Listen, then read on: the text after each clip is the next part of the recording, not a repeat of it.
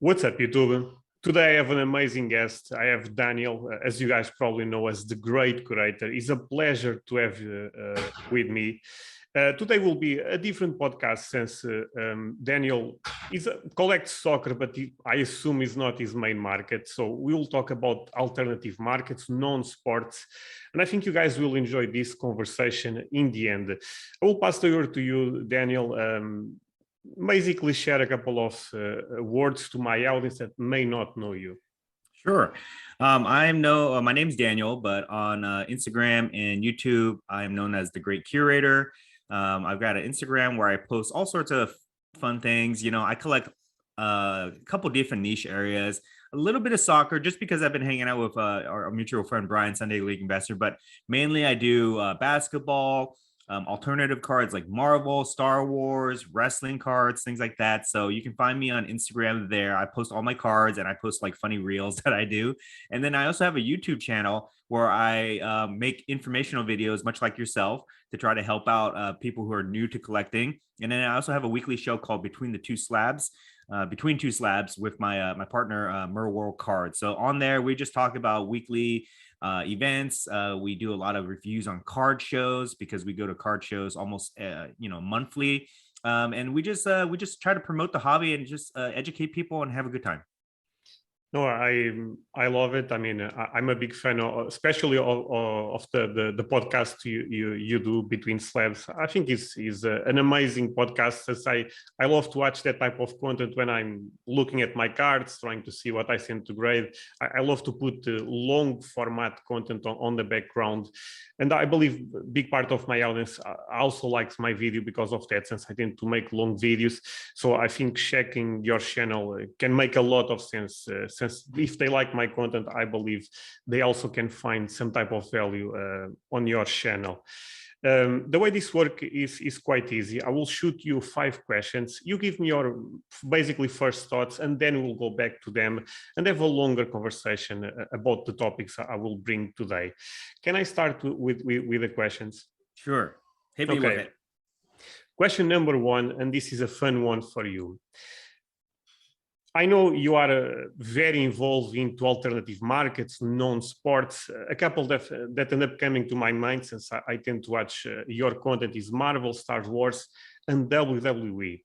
My question for you is quite simple. So let's focus on Marvel, Star Wars, and WWE.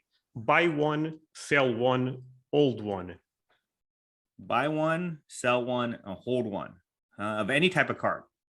I'm talking in a macro perspective for the what you are seeing on the Marvel market, on the Star Wars market, on the WWE market. Okay. If you have to put your feeling, what is the buy, sell, and hold? Okay, right now, okay, so buy one, I would say if you can get your hands on any Topps recent product like Topps Transcendent on-card autographs or Topps chrome low number like superfractors or low number refractors, buy that stuff right now because those are cheap, of the top guys like Roman Reigns or Legends. Okay, that's what I would do. Sell one, I would say if you were lucky enough to pull any of the new WWE Prism product like the Color Blast or the low number cards, sell those now because they're peaking. Daniel, I'm sorry, just one thing. You don't need to go in because you can do that later. What I'm trying to ask is actually different. Specific cards. Let's say I buy Marvel right now, I sell WWE, and I hold Star Wars. That's okay. Got it. I'm sorry. Maybe I explained myself. Sorry about that. Okay. I would be buying WWE. Okay. I'd be selling Marvel, and I'd be holding Star Wars. Okay. Question number 2. You are a big influencer on the Marvel space, and you end up promoting PMGs quite a lot, since I believe you believe a lot on the product. Right now, and I think it's fair to say, that the PMG market is facing a correction. In a few words, why do you believe that's the case? You cut out for me. Can you say you believe the PMGs are going down? Is that what you said? No, I will repeat in this case. You have been a big influencer on the Marvel space. You are actually a big fan of the PMG market, since at least I believe you also believe a lot on the PMG market for Marvel. My question for you is quite simple. The PMG Marvel seems quite down right now, at least if you look at last sales. Of course, some characters will hold better than others, but why you believe the market is down right now for PMGs? Why you believe the correction is so strong? Oh, that's very easy. It has everything to do with supply and demand dynamics. That's what's going on right now. So very short answer is the supply is outweighing the demand, which is causing the correction in the price. Okay. Question number 3. A lot of people tend to push this type of critics that alternative markets tend to be a pump and dump fest. And I'm not only talking about Marvel. Soccer also faces this type of accusations. F1 also faces similar critics. If you had to put one reason, why you believe there is a certain part of the hobby that is so against alternative markets, so against PSA actually calls soccer, F1 emergent markets. Why you believe certain people in the hobby do not accept us, or at least tends to believe there is a lot of pump and dump? Okay, I'm going to give you a 3-part answer to this, and I'll keep it short. Number 1 is they don't understand these alternative markets. So they don't understand it, so therefore they don't value it. Okay, that's part number 1. Part number 2, they are just naturally negative and resistant to change. Okay, and part number 3 is that they have a misunderstanding of the use of the term pump and dump, which really, in my opinion, does not really apply to the hobby as it does in other categories such as crypto. Yeah. Again, we'll go back to that, but in general, I tend to agree with you. Question number 4. I know soccer is not your main market, but I see your Instagram and sometimes you post, I believe you have 2 Cristiano Ronaldo BGS 8. And for a lot of people, I'm talking about the Mega Cracks 2002, 2003. Yes, exactly. And for a lot of people, that card is a holy grail. So makes me believe you, to a certain point, you also believe in the soccer card market. If you have to put one quality that you see on the soccer card market, what will be that quality? Something that you see, look, soccer is actually very good because of this. Global appeal of the sport. That's the biggest thing that people don't even realize. Okay. Question number 5, and is the last one, and this is another fun one for you. What bends your corner, or what is the hot take you have in the entire collectible card market that you believe most people don't share that perspective with you? I know what's bend your corner and a hot take is 2 different things, but I'm giving you some room to. Sure. This is I've been ranting about this a lot lately, but I'm going to do something new on your podcast. This is the exclusive What Bends My Corner rant. Okay. I think that the hobby needs to, or not the hobby, the community needs to change their definition of what it is to find success within the hobby. For the last couple years, I'll keep this very short. For the last couple years, the measure of success has been how much money you can make on cards and how quickly you can do it. But the hobby has changed, okay? And now that's creating a lot of conflict between people who want to collect alternative stuff versus people who want to collect just for the things that they love versus people who want to make money. So that's creating a lot of conflict within the hobby, and that's what's leading to these arguments on both sides where clearly there's just a misunderstanding of what we are in the hobby right now. So I think that needs to be redefined, and we can talk about that too. All right. Great answers. Then we start from the first one, which was a more fun one. I said, buy one, old one, sell one, talking about Marvel, WWE, and Star Wars. And you said buy WWE. Can you expand on that, since it's a market I personally do not collect? But I think WWE, wrestling in general, tends to be I'm not sure if I can call that a sport, but tends to be very popular, at least in the United States of America. So I always thought, even not operating on that market, that WWE was an interesting market, because I know how big WWE is. But expand with me your thoughts on why you believe now could be a potentially good time to buy WWE, knowing that, of course, there is no financial advice on any of these podcasts, and we are talking in a macro perspective. You need to do always your own research. Sure. I would say that the reason I'm so bullish on WWE is because of it checks so many boxes in the things that I look for. So when I look for things that I want to collect or invest in, I look for things that have strong IPs, intellectual property. And in that regard, WWE is huge. They've been around for like probably, I don't even know, like 50 years, something like that. It seems like maybe 40, 50 years. They've got a rich history of characters within their storylines. They have a huge fan base. I don't know if people realize this. Wrestling is just not an American thing. Wrestling is worldwide. They broadcast their show every week across like 50 different countries in like 50 different languages. Okay. They go from Europe to Asia to the Middle East, everywhere, right? So huge fan base, huge IP. Okay. But they've never been a category of card that people have really collected, because I think the cards have never been marketed correctly to the fans. They probably have more fans than most sports teams out there. No joke. Okay.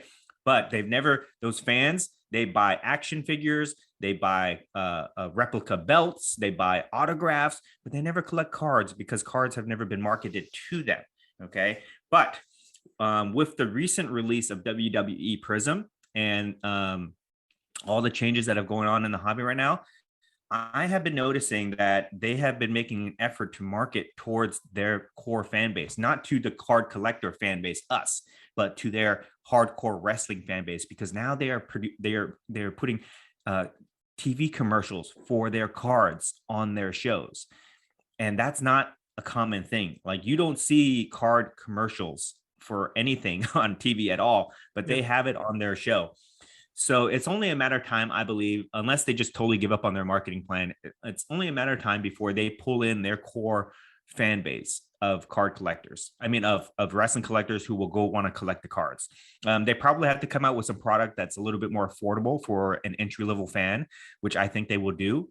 They've already announced that. But when they do that and they get that hardcore fan base in there, that's when it's going to be basically a free-for-all, right? The demand, I always talk about supply and demand dynamics. So supply is right here with all the Prism that's out there right now. The demand is right here.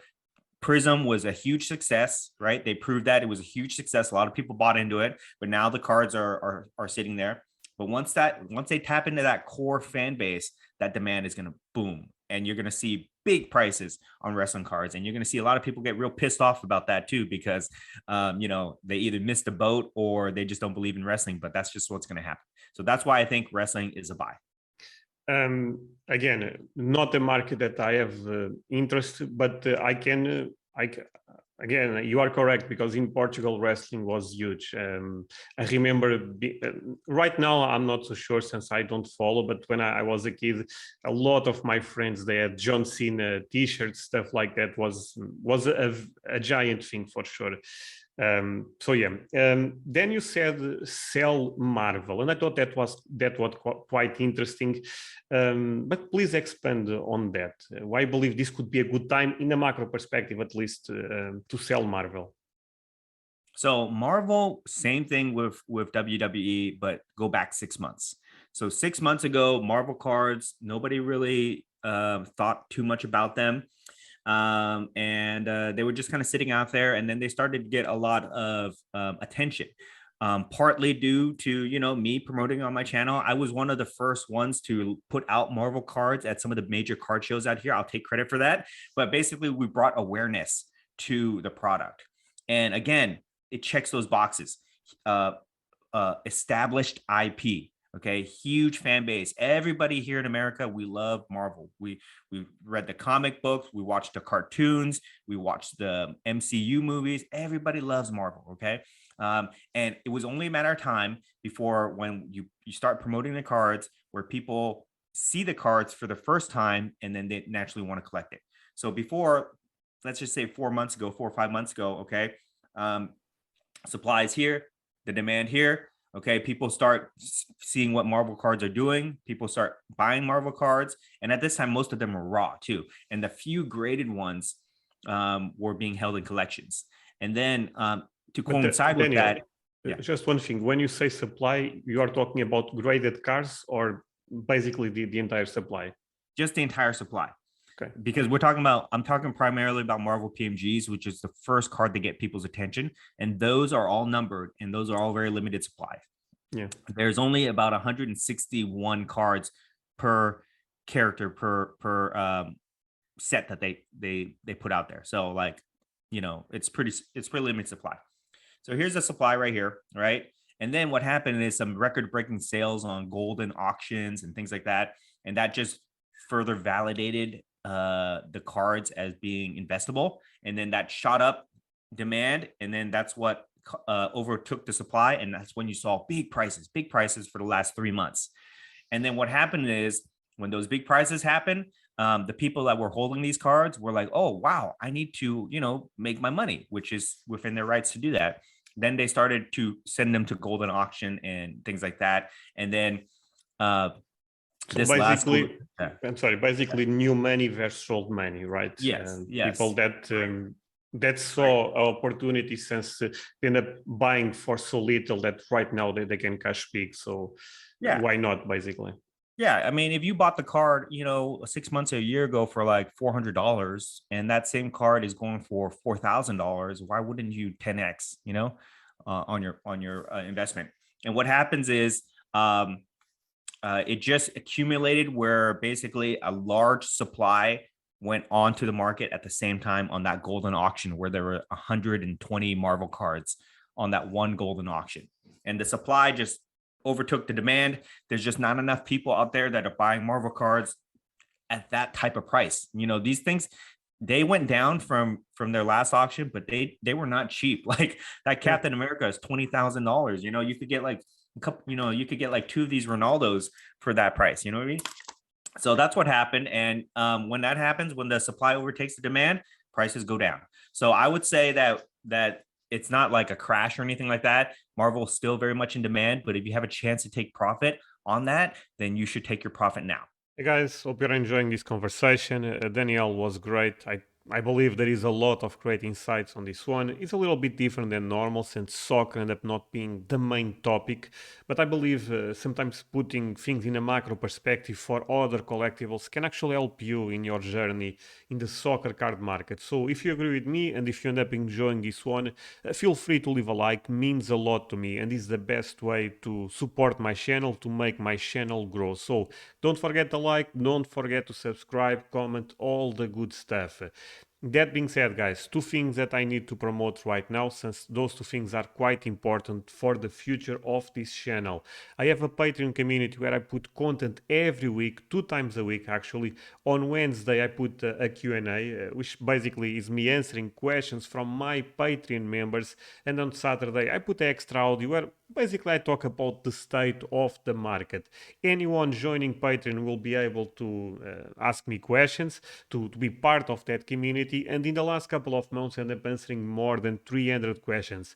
What I would say is this, guys: if you like my content on YouTube, very likely scenario, guys, will like my content on Patreon. I talk a lot about the financial side of the market, and a lot of you guys find value on that. So link on the description if you want to join my Patreon. It's around $10. I think I provide a lot of value. Like I said, if you guys are just watching YouTube, at least on my channel, of course, you guys are missing a lot of content since Patreon is a big part of this community. But let's say $10 is a lot of money to you, and that's totally fine, by the way. Don't feel forced to join Patreon. There will always be free content on YouTube, but one thing that is totally free is actually my Discord. At this point, in just 5 months, we are more than 500 members, so the growth has been completely insane. I will leave the link below the video.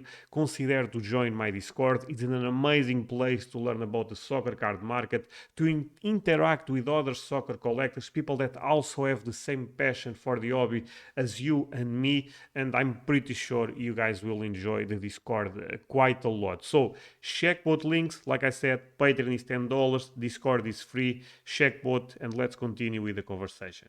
Right. And the final one, you said old Star Wars. I could be wrong, but I believe you are more involved with Marvel and the WWE than Star Wars. But I would still love to know why you believe this right now could be a good opportunity to hold Star Wars. Again, talking in a macro perspective, why you believe that. Yeah, so I'm actually buying Star Wars. Another huge brand, of course. Yeah, I'm actually buying Star Wars right now. I'm not selling it at the shows because I think that Star Wars is not there yet. So again, you got Marvel, which was hot 6 months ago. Okay, got the attention. Now it's peaking. Okay, then you have WWE that is starting to get attention. Okay, so now you want to buy that.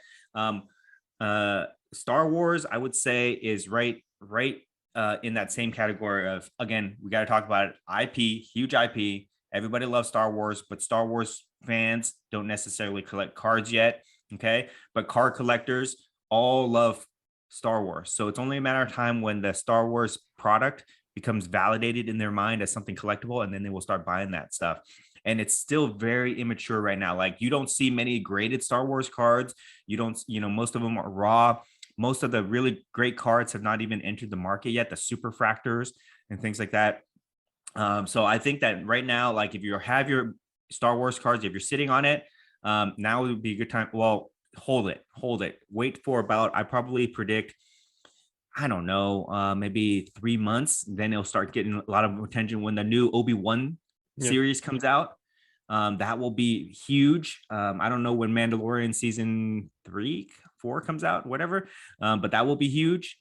So that time, I think that's when the Star Wars market will start to mature. All right. No, great answer. Like I said, I collect Star Wars, but the other two markets, I can't speak a lot, since I don't have the experience you have on WWE, Marvel, etc. But with Star Wars, I'm also quite bullish. I spend a lot of time doing research. At this point, I have basically almost every set, at least one card. I've been buying so much, but it's because I have fun. I mean, and I think that should always be your first thing. If you are also buying something, knowing that cards are a super speculative asset, at least have fun first, because if in the end the play end up not going the way you expect, and that's a possibility, of course, at least you are holding something, or at least you have a fun moment grinding that market. So I will advance to the question number 2. Like I said, the last one, great answer. The question number 2 is a more heavy one, but I think is also important to talk about. The PMG, and you already end up touching on this, to be fair. The PMG Marvel market is down. I understand that certain characters probably will face a correction or even never recover, since when there is a time of mania, euphoria, even cards without strong fundamentals, they will go up no matter what, because the market believes the market is basically too bullish in one side. But a lot of big PMGs, like you said, Captain America, even certain Spider-Mans, are still facing a correction. Why? Again, I know you already end up giving the answer, but expand a little bit more why you believe is the case.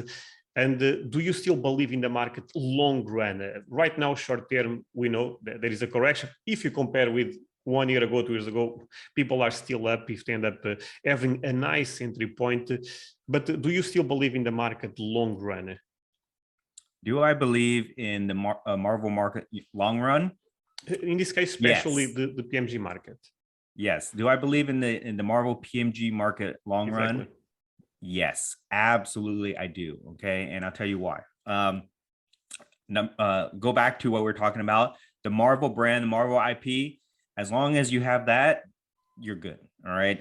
That Marvel is not going anywhere. Marvel is only going to get bigger, and Marvel continues to produce content that will support that IP. Okay. That every year they put out movies. Every year new comic books come out, all that drives interest and hype in the IP, the subject matter of the cards itself. Now, as far as the PMG, that very niche market, PMGs have a couple advantages. Okay. Number one is that they're all numbered and very limited. Okay. So you're never going to have supply really outpace the demand as long as the community of collectors continue to grow on a steady basis.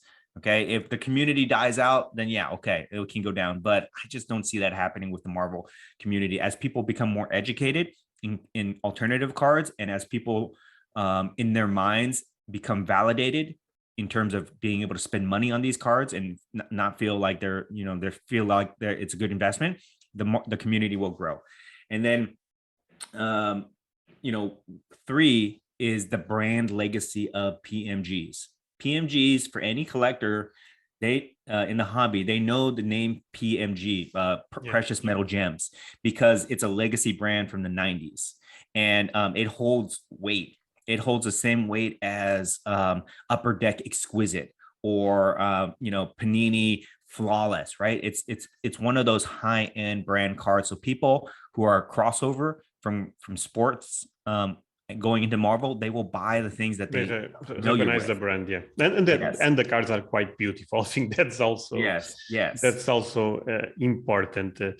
I would love to also share my perspective with you on this, since again I'm not into the PMG Marvel market, but I'm always looking at the market in a macro perspective, not only soccer. And again, it's a market that I still need to do a lot of research to have a stronger opinion. But I think a correction makes a lot of sense right now. I think at one point in time, certain narratives end up being actually quite bad on the PMG Marvel, especially because people starting to believe that any PMG on Marvel will go, what people say, to the moon. And even at the time, I remember we talking, you guys should focus especially on certain characters that we know they are quite more popular than others. But like I said, when there is a mania for the narratives, they go out of the window, and basically most of the narratives in the market start being quite bad. I think, look, especially sports collectors, etc. They need to understand that even sports, they go through cycles. I mean, most LeBron James cards right now, if you don't count high-end, they are down. That does not mean that the LeBron James market is potentially good market in the long run. I think people need to be aware of this. I think it's very easy to critique.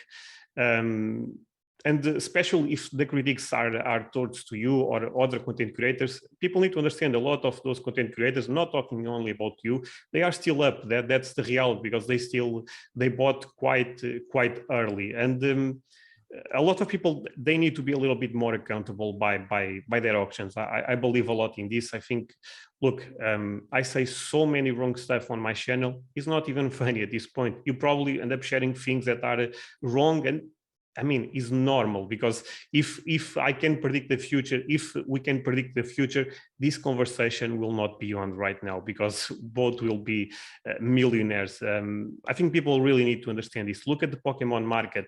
Look, Pokemon is a great market. That's the reality. Pokemon is down. Yes, actually, Pokemon is already showing strong signs of a potential nice recovery, or at least showing strong signs. But at one point in time, again, similar to the PMG Marvel, strong brand, the demand ended up being too much for the supply. Those times, again, right now, I believe there is a lot of toxic negativity, especially towards content creators.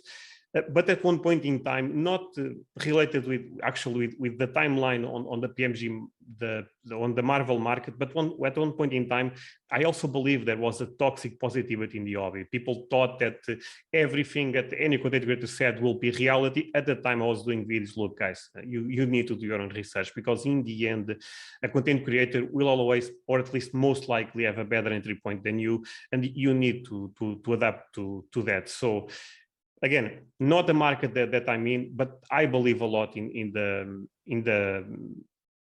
general in the Marvel market long run. I think it's easier to stay, but I'm a big believer on non-sports. I'm a big believer in TCGs. I think right now, because people tend to say, look, if you look at the past, sports, baseball, basketball, tend to be the ones performing well. Yes, but the market ended up changing night and day in the last 2 years. So the market is not the market that we saw 10 years ago. Look, you are talking with a guy that lives in Portugal. So if this does not put in perspective how international the market is becoming and the potential we have in hands, especially, that's why I'm so bullish on alternative markets. I mean, it is what it is at this point. I think people can accept or not. Baseball is probably still a great market. Basketball, still a great market. But that does not mean the other markets will not find their space, because they will. So, absolutely. Let's move on. Question number 3. It was, again, very related to this one. And I would say those two are quite heavy. But I think you are comfortable speaking about this. Alternative markets like Marvel, like F1, like I said, actually PSA calls F1 soccer emergent markets. And I think that's a great term, because we are actually emergent markets. But those type of markets, I would say more conservative people, they tend to put some type of shade on them. They believe those markets are not real. They will disappear 1 year from now, 2 years from now. They've been saying that since I ended up entering the soccer market years ago, and we are still here. That's the reality. But I guess it's very common to see that type of critiques around alternative markets, and alternative markets also put soccer and F1. Why you believe people are, or at least certain part of the market, are so negative for new markets, basically? Okay. Well, I'd say it has to just do with the changing of the demographic of our hobby. Okay. And let me just take you on a timeline here. So you go back to like let's just say 1960s, 70s, and even the 80s. Card collecting was not called card collecting. It was called baseball card collecting. Everybody just collect baseball cards. But there were alternative cards back then. There was football, basketball. There was Marvel cards back then. There were Star Wars cards back then. There were like cards of famous people like Princess Diana, not Princess Elizabeth at that time, Queen Elizabeth. There were cards. There's been alternative cards for hundreds of years, but at that time, the demographic was only focused on baseball cards. And then in the 90s, basketball cards became popular, and then 2000s, you can say all the sports became popular. So that's where the demographic is now. But the last 2 years, I would say that the demographic, our interests have become more diverse and have grown, where now we're collecting soccer cards. Now we're collecting UFC, hockey, right? And music cards and all these other things. And those things are just changing. And when these people who are very set in their ways, they see these things, if it's natural for them not to understand it. If you're not a Marvel collector, you're like a diehard football collector, a soccer collector, and you see Marvel cards, it has no interest to you. And if it has no interest to you, you don't understand it, you will not value it. You'll look at that card, and let's just say any card, and you'll say, oh, that card goes for $1,000. Oh, for $1,000, I'd rather have this card of the player that I know, that I value, right? So it's all about perspective. And these people that are making the content around this, they are not understanding that people can have different perspectives on certain things. People tell me all the time, what do you think about this card or that card? And I'll look at it like, I'll use an example of GaryVee's 0 Cool Friends, for example. People ask me all about that all the time. And I'll tell them, it's not my card. It's not something I collect. It's not something I'm into, but I can see the value there, for the people that are collecting that community that collects it. So I think that's one big thing here, is that they just don't have the perspective that other people can like something else that they don't like. Okay. That's Daniel, I may slightly disagree with you in one thing. You said the GaryVee stuff. Do you think that was the correct choice to be the first product? Because I honestly believe Fanatics end up showing a little bit a lack of self-awareness, because look, the reality is most people in the hobby at this point do not like GaryVee. Having that as the first product, I thought was almost a confrontation to against the hobby. And look, the feedback was just awful. I have nothing against GaryVee. I have nothing against everyone, to be fair. But the reality is, I thought they ended up lacking a little bit of self-awareness. I thought that was a nice product to put 1 year from now, 2 years from now, being the first. In my eyes, I thought that was a really bad move, honestly. But again, let's talk about this, okay? You know, I would say that me and you are from the traditional card collecting side, right? You collect soccer cards, I collect, you know, basketball cards. So we are on that side, okay? We're card collectors. Zero Cool, and I'm gonna be the advocate here. I don't want people to think that I'm all about Zero Cool Friends, because I don't own any of that stuff. I'm never gonna buy that stuff, but I'm gonna play the devil's advocate to try to emphasize my point about perspective here. Okay, so they come out with Zero Cool Friends. I can only imagine sitting in that marketing meeting, right? They're thinking to themselves, okay, we have the card market here. Okay, we're creating this new brand called Zero Cool, which is going to be alternative cards, non-sports cards, entertainment cards, things like that. Okay, we have these guys here, but this side, this card collecting community, they represent maybe, let's just say they represent 1 million people. Okay, we can only grow so much with that 1 million people. What we want to do is we want to access all the other people out there. Let's just say there's a target demographic that they want to catch between like 20 to 35 years old, and the target demographic is about 5 million people. How do we access the 5 million people here that don't collect cards? All right, do we come out with another cool like a sports card? They're not going to care about that. What do? Let's look to see what type of person out there has a strong a community of backers. Okay, GaryVee, he's some type of motivational speaker. He has the V Friends. People are going crazy about that. How do we tap into that market of the NFT crowd, the younger demographic, those people? Okay, let's come out with cards that are targeted to his market. And that's what it is. It's a gateway to people that don't collect cards. The people that collect NFTs, the people that support GaryVee. I think he's got like 10 million followers or something like that. That's who they're trying to do to get. And they will let GaryVee, who is the promoter, basically draw in his crowd. And they're hoping that that will be a gateway for those people to start viewing cards, okay, as a legit form of collectible. And this is the highlight of the point I want to make here. Like I was telling you about before, WWE fans, they're not card collectors. They'll collect toys, they'll collect memorabilia. They're not card collectors. Star Wars fans, they collect toys, you know, posters, things like that. They're not card collectors. It's because the majority of people do not view cards as a legitimate form of collectible, right? The IP is there. The IP, they love it, but they just don't view cards as the legitimate form of collectible. And that's what I think Zero Cool Friends was trying to do, where they pull in all these non-card collectors to view cards as a legitimate form of collectible by giving them an IP that they understand, and they're probably hoping that that will lead to them crossing over into other things. And you know, you mentioned that maybe GaryVee was not the right one to go for.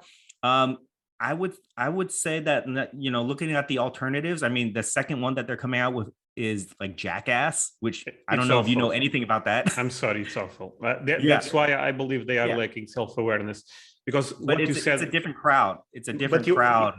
Daniel, you are correct. I agree with you with that. And I also understand that they have this market. They are trying to find the other market, the alternative market. I totally get that. And I think they have a lot of potential on that side. The problem was the choice, because if you think about this, they have the Star Wars license. I believe they have the Lord of the Rings license, and there will be a new series on Amazon. So, and they can make a set of rappers. I have no idea. So they have, even if they don't have license, they have powers.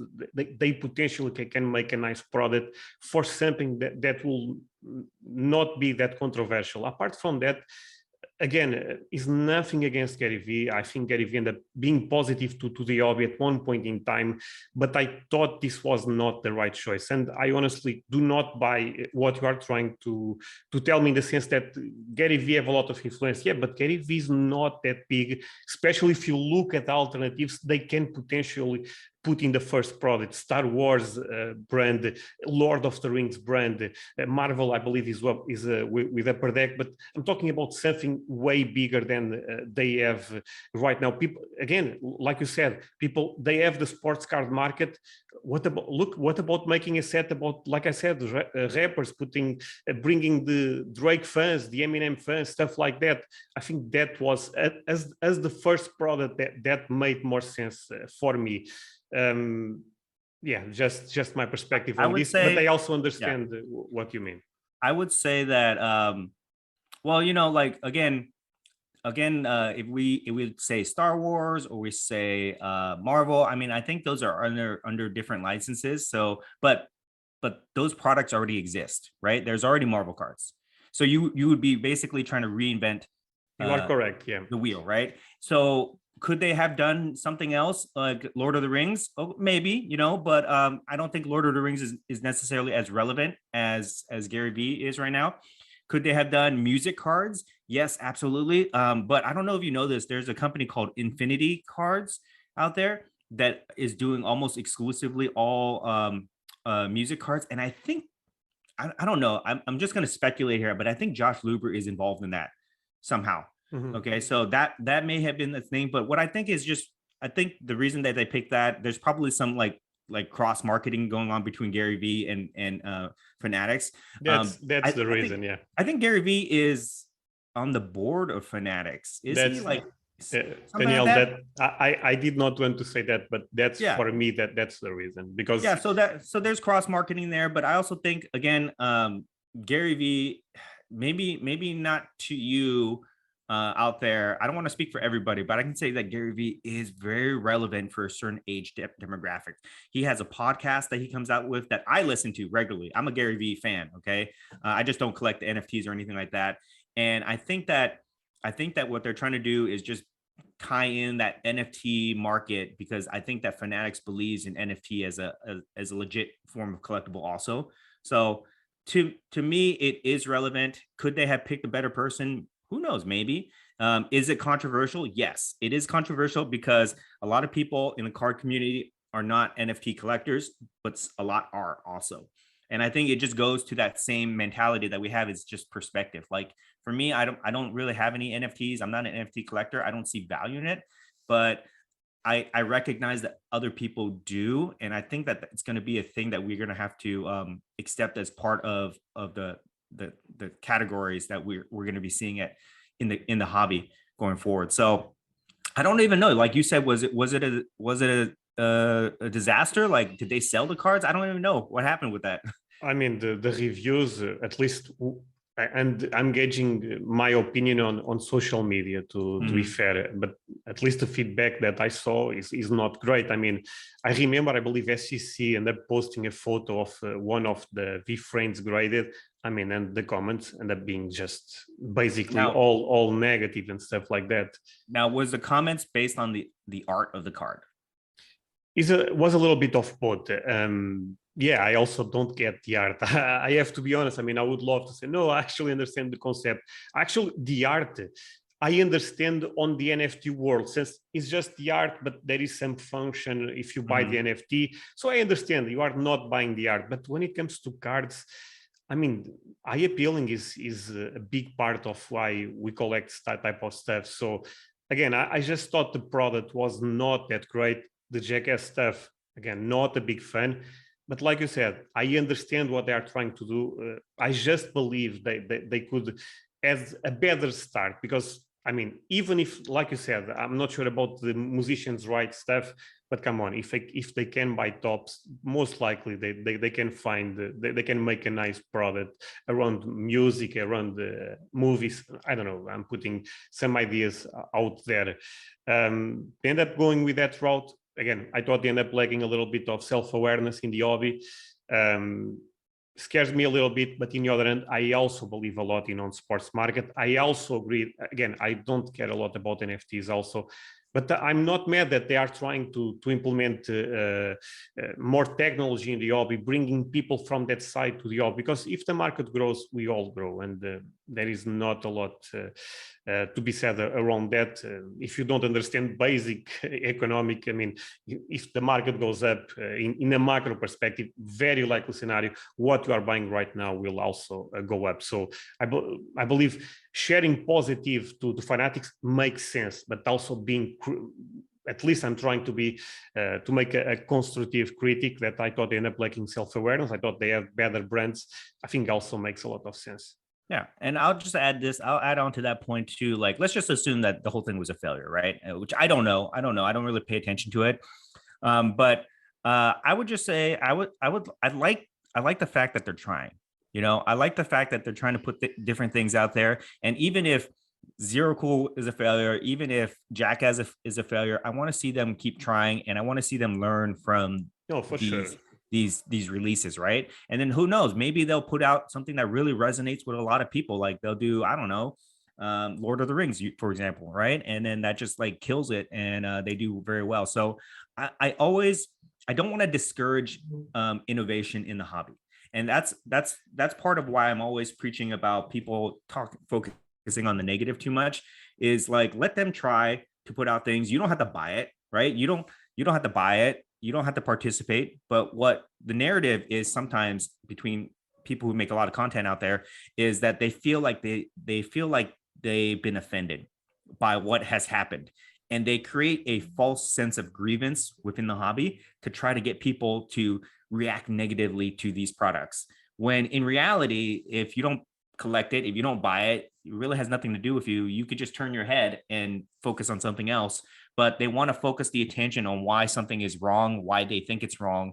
And I think that stifles the innovation within the hobby, and if we're trying to grow this to be really big, which is Fanatics' grand scheme, they've said that before, they want to grow the pie to be very big, which we all will benefit from. Yeah. We have to allow people to try new things. We have to encourage these companies. We have to try to support them when we can. Otherwise, it's like we're hurting ourselves. No, again, I agree with that.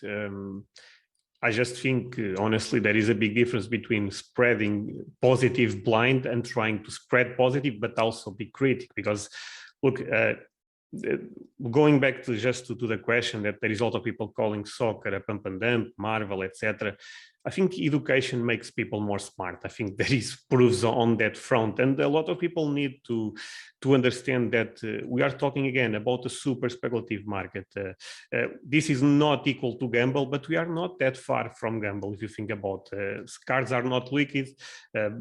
Even high-end can sell for 100K and in the next auction for 50K. We saw this all the time. So you are talking about a very speculative asset, and education is crucial when it comes to this type of markets. Is soccer a pump and dump? I mean, I don't think so, but I also believe you should do your own research, and I also believe you should not trust blind in anyone. About the Fanatic stuff, I agree with you in general. I think I'm happy that they are trying something different, but I just thought that the start could be a little bit better, but things are not.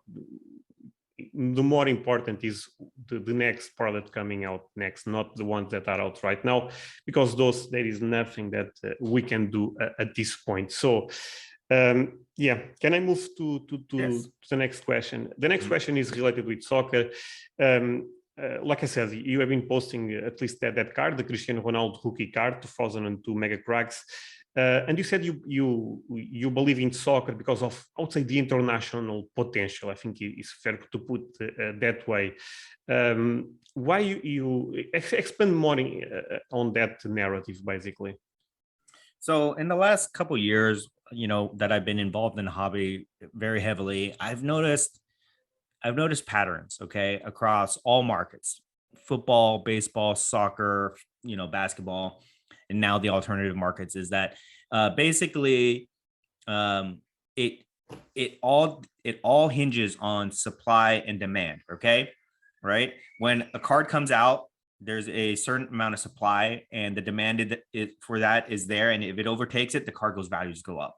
Okay, when the supply becomes excessive and it outweighs the demand, then the prices go down. We saw this like in the beginning of the pandemic boom when all these people jumped in and they were buying cards of all their favorite players, whoever they were, right?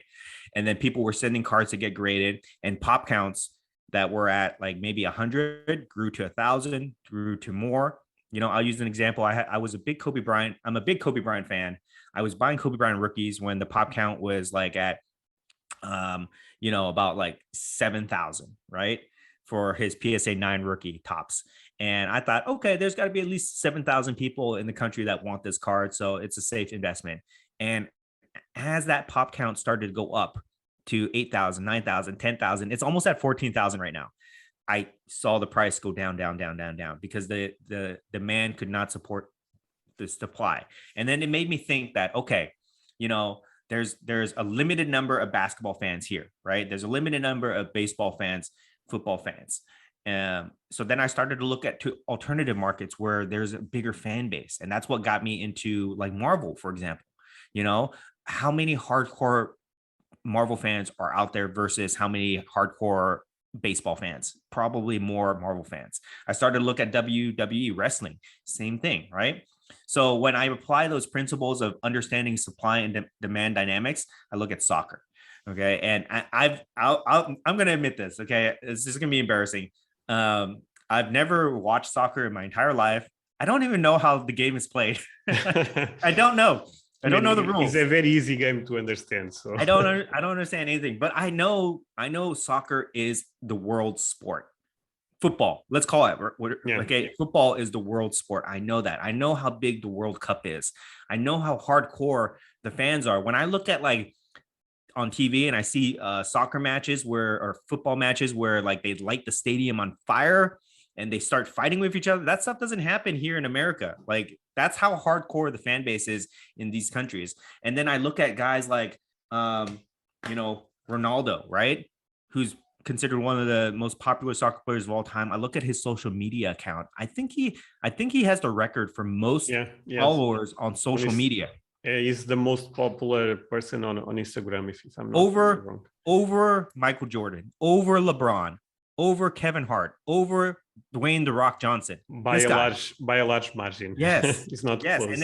And then I'll look at other people. Like I'll look at like Mbappe, who's got like 50 million followers, and I'm thinking to myself, all those people love this sport, love these players. It dwarfs in comparison to what we have here in America. But in America, football, soccer is not part of our culture. So we just don't see it. So that's why I look for like things like that. And that's why I believe the soccer market is just, it's an untapped market. And all those soccer fans, again, they just don't view cards as a legitimate form of collectible yet. But with the correct marketing, easy for them to start collecting cards of their favorite players. And then once that happens, the demand goes way up, boom, overtakes supply. And then you're going to see a huge boom in the football market. I agree. I think the soccer card market have a lot of potential. Of course, I have confirmation bias on this, but I agree with you. It's something that I talk a lot on this podcast. I think the international potential on soccer is bigger than anything you can think about.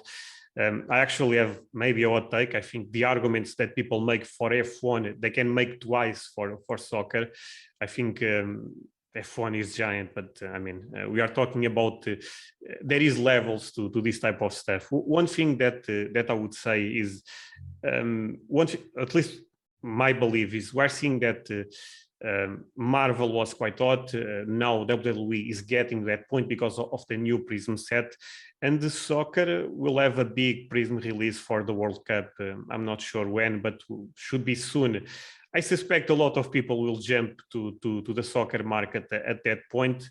What scares me is when there is a crazy influx of new people into a market. Great for me, great for everyone collecting right now. But people entering, they need to understand one thing. A lot of people that will come to the market, they will bring money, but they will also bring, like I said, bad narratives, because most likely will be the first time they will start investing in soccer. And we actually end up facing that, not related around the World Cup time. This is actually the first World Cup that the soccer card market will experience since the boom.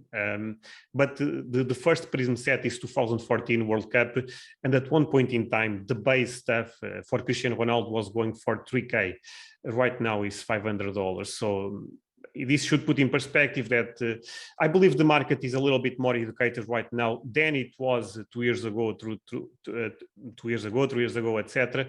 But I hope people understand this. And you end up touching in one thing that I understand your point, but I also slightly disagree with that. That you talk about demand and supply, but there is one thing that is quite important: is demand is the most difficult thing to predict in this type of market. It's the most difficult thing because we can't predict. Like you said, Marvel is huge. I mean, no one will disagree with you on that front. But what will be the conversion rate? And for soccer, same logic. But in soccer, and even in Marvel, but in soccer, there is even another thing that is quite scary.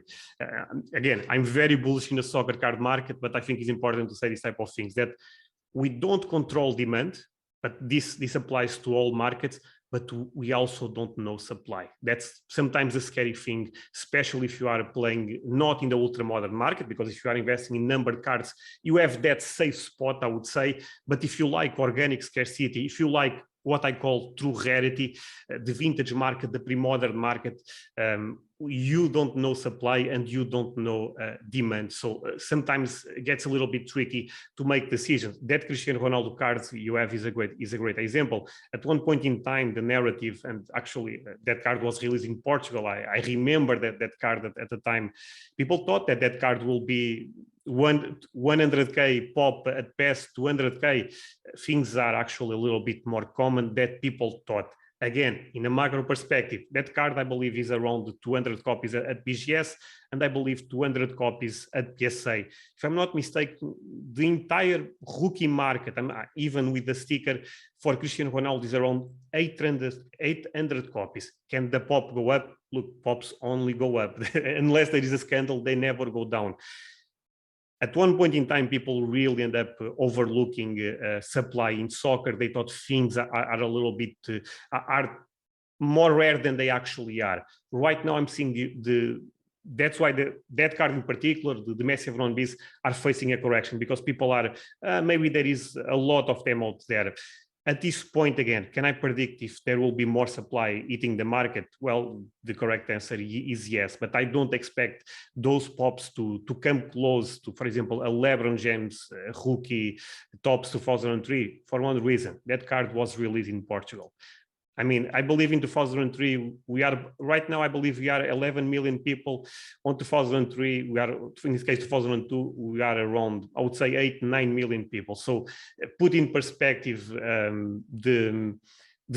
Panini did not make a lot of that for such a small country. And this is actually a nice tip if one day you actually want to enter more the pre-modern market, the vintage market, is if you focus, for example, on sets released in Croatia, Belgium, Portugal, they are actually quite difficult to find because the releases end up being local for the country. But for example, if you look at releases in Italy, for Italy, like I was talking with you before the podcast, Italy have a stronger culture in terms of collecting stickers, collecting cards. So the production is much bigger than it is in Portugal, even if the country was similar in terms of population. But guess what? Italy is way bigger than Portugal. So these type of things could be a nice tip for people entering right now the market if they want to look at vintage, if they want to look at the pre-modern market. Pre-modern, I put between 90s until 2014,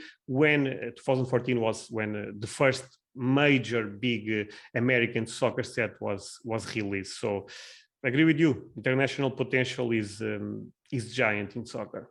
You touched on a lot of great points, and I want to thank you just for having me on this podcast, because this is a great conversation. These are things that I don't normally get to talk about, but if I can just go back and just add on to what you were saying there, you're absolutely right in terms of like when people come in to the hobby, when there is a large influx in demand from certain events like the World Cup, that people have to be careful, because you can go in here and you can think that you're going to buy a certain card and it's going to go up, and they don't understand how the market can fluctuate and that they can lose money. So that is very important. And a lot of people might think, like you're saying, like cards, they might think a card is very rare, but then, they don't understand how pop counts work and things like that. So one thing that I think is very important, and I talked about this in that last question that you asked me about us changing our mindset of what it is to be successful in the hobby, right?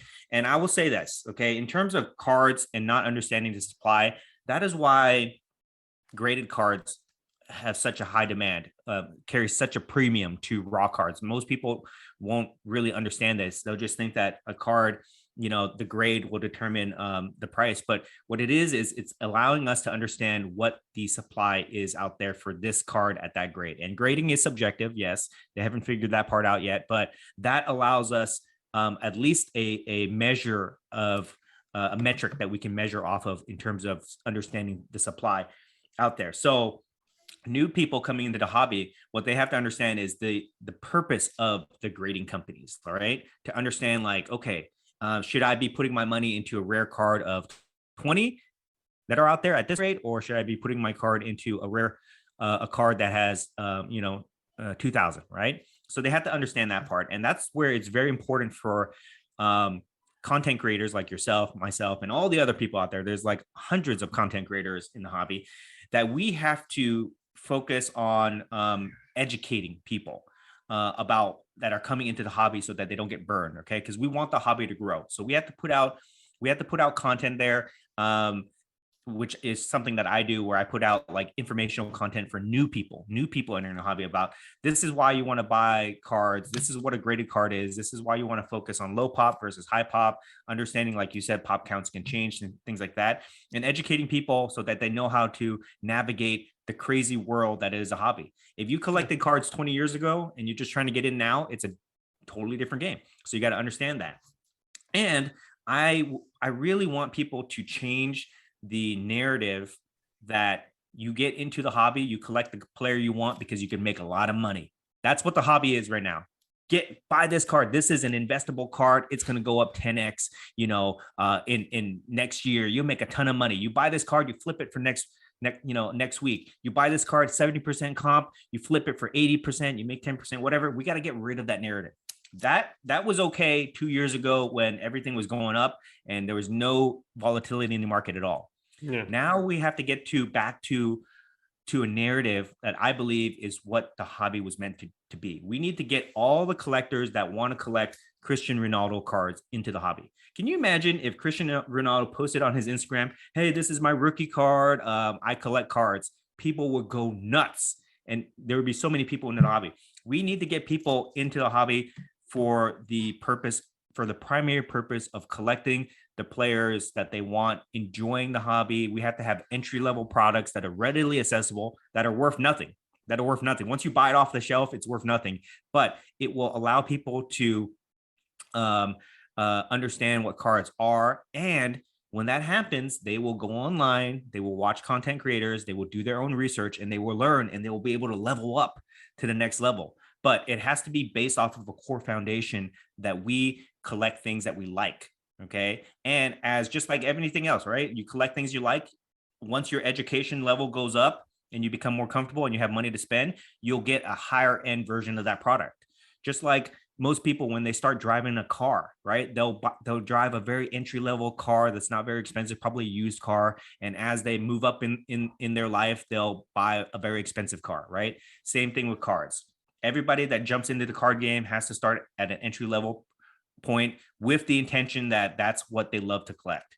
And that's where the narrative should be. We should get rid of this whole narrative like, oh, you need to flip cards, you can make a living off cards, all that stuff, because that's not the reality anymore. And that's why a lot of people get burned when they invest and the card goes down, and they get bitter and they complain. And you have a lot of infighting within the hobby because the narrative just is not applicable in 2022 anymore as it was in 2020. No, for sure. And like you said, I mean, 3 years ago, buying a card, the most difficult part was not making money with that card because everything was going up. And that was the problem, honestly, because even cards without strong fundamentals. And when I talk about fundamentals, I'm talking about rarity, condition rarity, true rarity. demand, potentially demand in the future, the eye appealing of the card, so many, if the card is iconic or not, there is so many factors to put in perspective when investing in one card, especially if you are talking about big money, honestly. But at that time, yeah, every card made you money, and people end up, and even a lot of content creators, now I guess I will be a little bit negative, they thought they end up being really smart when they end up just being likely, because they end up facing one of the crazy bull runs we saw in the collectible space. Guess what? Most of them are not making content, making videos right now, because again, things are not that easy. You really need to preach what you know. I've been collecting cards for more than 20 years. I believe you don't know that. I played Magic the Gathering competitive at one point in time, so I always have been familiar with shows, trading cards at shows, etc., knowing that the Magic the Gathering market is totally different than the market I'm operating right now. But I speak a lot about this. People need to put time in the market. People try to time the market. That's the problem, because timing the market will be so difficult, no matter what. But if you put time in the market, look, eventually, I always share this story. I remember when I was playing Magic the Gathering, one friend told me, you know what, man, Magic the Gathering will be dead in 1 month from now. Magic the Gathering is not the game anymore. Yu-Gi-Oh is much better. Look, the first time I was, yeah, maybe it's correct. Maybe I should sell. Guess what? I end up not selling. My friend ended up coming to the hobby again. 1 year from that, he told me the same thing. You know what? Magic right now is dying again. What is the difference? Is now I have perspective. What I said to him is, yeah, maybe he's not dying. Actually, it's a strong game, because if you see a lot of cycles, you start understanding what's going on. So the first time you see a bearish market is very difficult to make logic of that market. The second time is much easier. The third time, you probably not even notice the market. You are just operating no matter what. And yeah, time in the market is what people need in this hobby. The reality is a lot of people are collecting in the last 2 years. Nothing against that, because I also end up entering the market, the soccer card market in particular, recently. But time in the market is something that a lot of people need to have, and only time will provide that. So I would say, from my perspective, it is impossible to time the market, and that's the biggest thing that people struggle with. They're like, oh, should I sell? Should I buy? Whatever, right? It's impossible to time any type of market, guys. What you have to do is you just have to be consistent with your activity. And it's okay to be in the hobby and leave the hobby and come back later, just like your friend, right? It's okay to do that.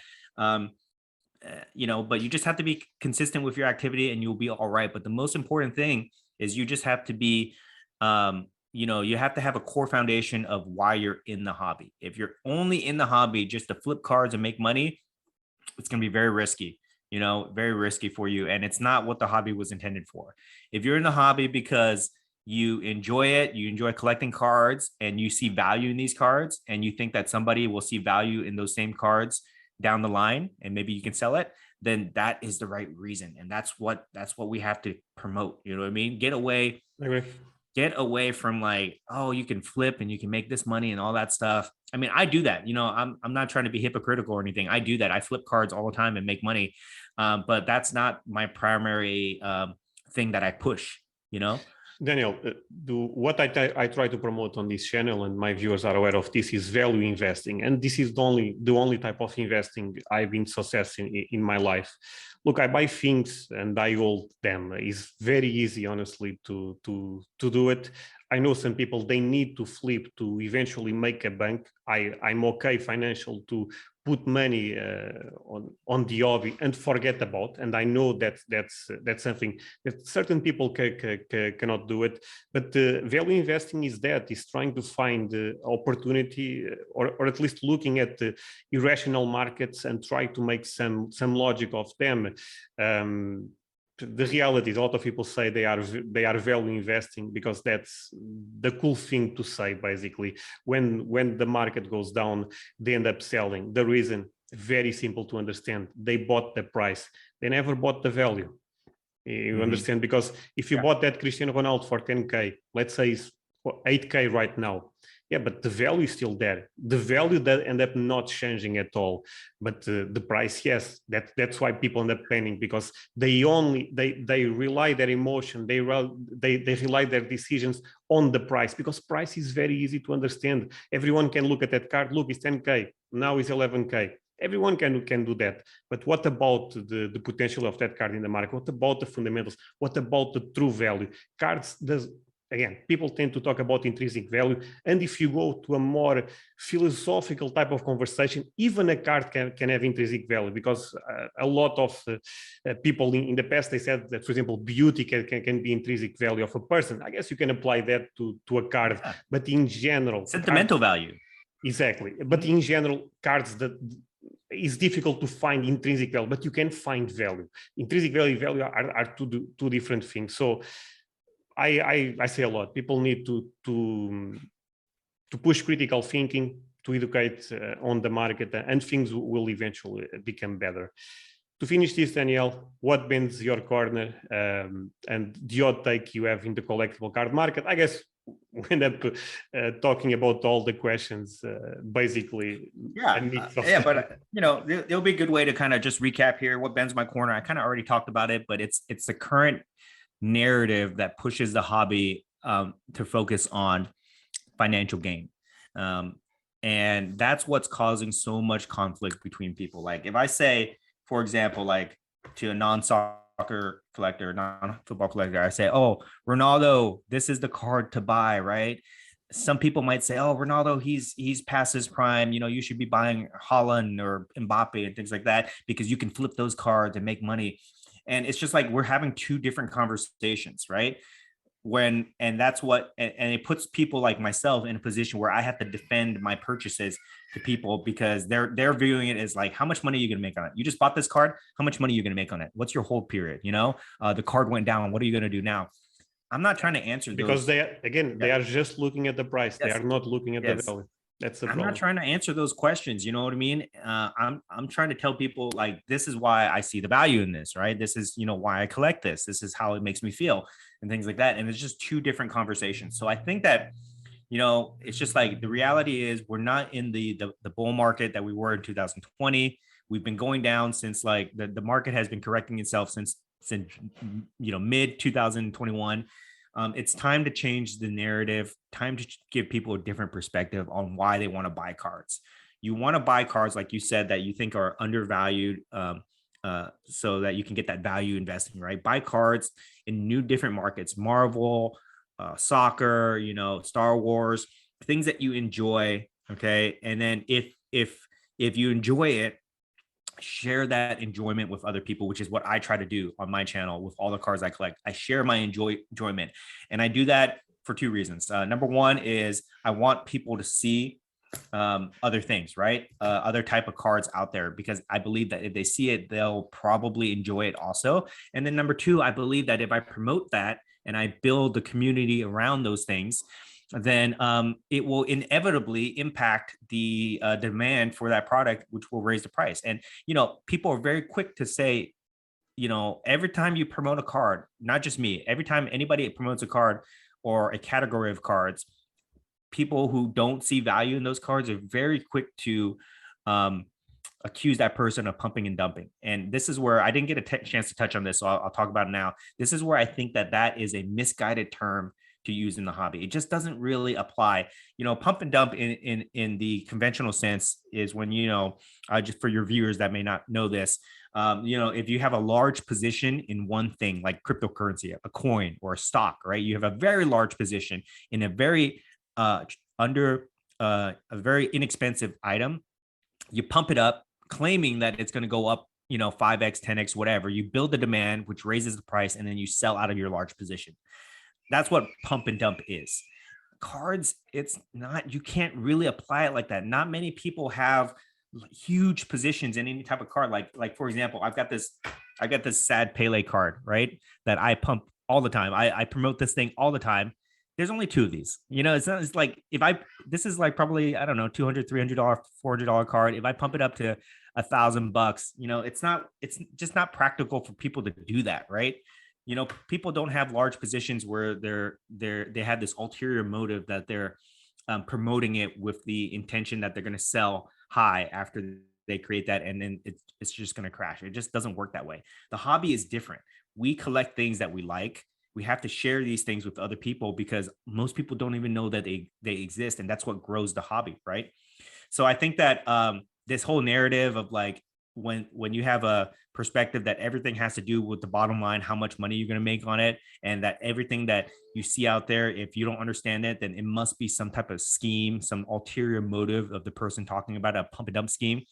I think that's really stopping the growth of the hobby, stopping the growth of the community. And I wish that people would, or the people that make content around that, I wish they would just change their perspective. You don't have to like something, right? You don't have to promote it. You don't have to like it. You don't have to buy it, but don't talk bad about it just because you don't understand it, right? And don't try to make other people feel bad about collecting something that they enjoy, because what I think it has, the real effect that I think it has, is that it undermines the confidence of the community of collectors. They start thinking, oh, should I really be buying this? Should I really be putting my money in this? It creates a lot of volatility within that market. And then you'll see people that they'll sell out of things quick because they lost hope in it, or somebody makes them feel bad and things like that. So I just, I'm on kind of a mission to kind of change that narrative, because I think that it just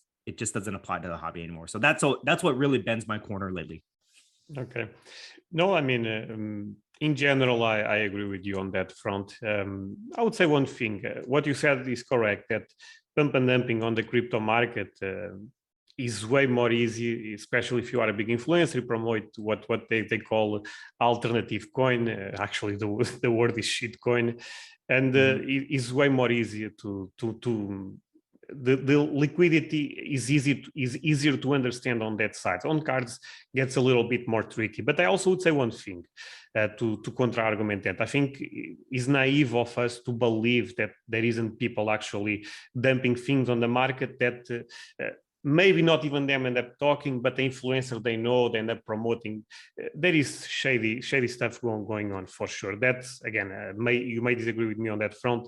No, but I agree on that. If I just add to that, on a very high level, I'm sure there's market manipulation. In fact, I know about certain things that I've seen. I just don't talk about it because it's on a very high level. It's something that is out of the majority of our control, right? No, for sure. Yeah. Mm-hmm. No, again, I agree with you. I think, again, but like any market, I mean, even the top people on Wall Street, they also make shady stuff, and that's a market with a lot of regulations, etc. So, of course, as being a market that is not regulated, I mean, we know that at least at the top, most likely certain sales that we saw, they are a little bit more, I would say, debatable at least. But in general, I agree with you. I think people overrate a lot this concept of pump and dump. They sometimes, and maybe people disagree with me on this, but I think people need to be accountable. Honestly, I think people need to be. I mean, my decisions in the end, you know what I'm trying to say? I understand that influencers nowadays, especially if I, for example, if I watch your videos every day, is normal to start feeling almost compassion for you, trusting on you without thinking twice. This is very normal. But in the end, I mean, this is the social media area. We need to be aware of this, basically. So, yeah. Yeah, I agree with that. And I'll add to this too, like, I don't consider myself an influencer. There's very few people in the hobby that make content that I would consider real, like, actual influencers. I call myself a content creator. I just talk about things that I like. I put that information out there. Anybody that wants to watch it, they can. They probably want to watch it for mostly entertainment, a little bit of education. But at the end of the day, like, I totally agree with you where people have to be able to accept responsibility for their decisions. If you make a decision based off of something that you saw and it doesn't turn out well for you, you cannot blame those people for that. We are all responsible for ourselves, and that's part of the learning process and part of the education. But that's another thing that we really need to emphasize in the community, in terms of people have to take responsibility for their actions and not try to blame people for things that are probably out of their control. No, for sure. I think this is a nice way to end. It was a pleasure to talk with you, Daniel. I'm very glad that you end up accepting. I end up sending you a DM on Instagram, and the automatic said yes. So for me, again, means a lot. That since my channel is quite smaller than yours, but you end up being amazing. You end up again. So thank you so much for that. And again, most of my view, not most, but I'm pretty sure that some of my viewers don't know you. I recommend checking your channel. I will leave all the links on the description, even on the video that will appear your Instagram. If you have any final words, please share it. Well, I also want to say thank you. You know, you've reached out to me several times on Instagram and you talked to me about like different type of cards. You know, you turned me on to like the Queen Elizabeth card and things like that. So I definitely love to see the diversity in your collection, even though you're called soccer, you know, soccer studies, there is diversity. So I love to see that. And that's what's great about the hobby is that we can share. We come from two different areas. You're in Portugal, I'm in America. You collect primary soccer. I'm into different things, but the hobby can bring us together, and that's what is just so awesome about this. So thank you so much for reaching out to me. Absolutely, I'll come onto your show anytime you want. But thank you so much for inviting me for that and giving me your platform to talk about these issues here. I would just say, like, if you guys want to find me on Instagram, on YouTube, or even on TikTok, it's just The Great Curator. So you can check me out there. So I appreciate that. Just give me a follow. I'd appreciate that. And then the last thing I'll just say, guys, is just have fun with the hobby, collect what you like, share the things that you collect, share that passion and enthusiasm with the community. And that's how we keep growing. And the more we grow the community, the more we grow the hobby, then everything else will fall into place for that guy. So that's my parting message. No, for sure. Yeah, guys, thank you so much for watching. See you guys next time. Bye.